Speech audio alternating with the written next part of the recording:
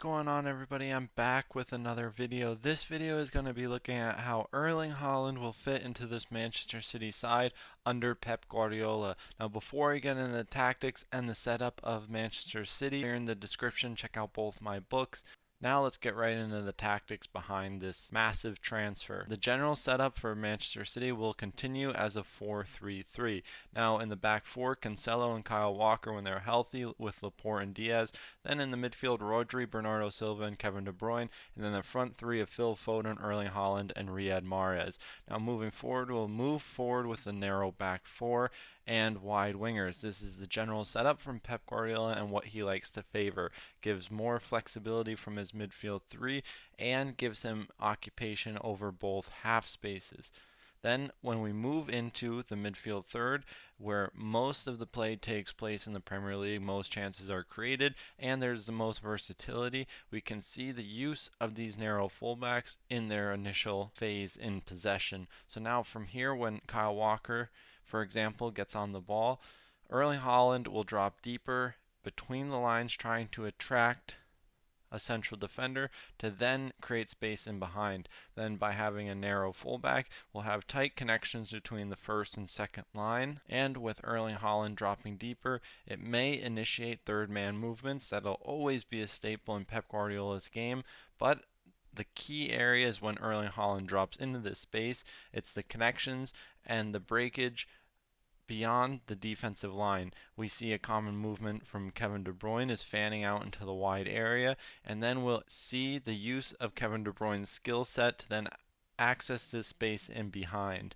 So from here, then we'll take a look at the weak side.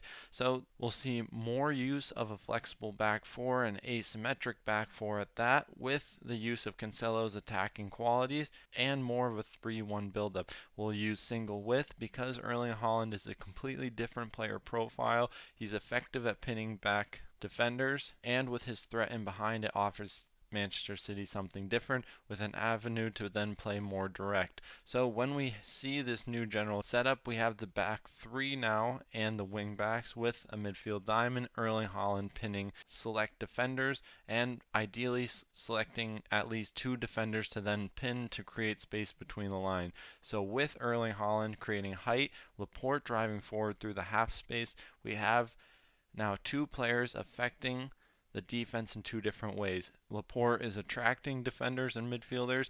Laporte is then being countered by Erling Haaland, who's then pinning and pushing back defenders.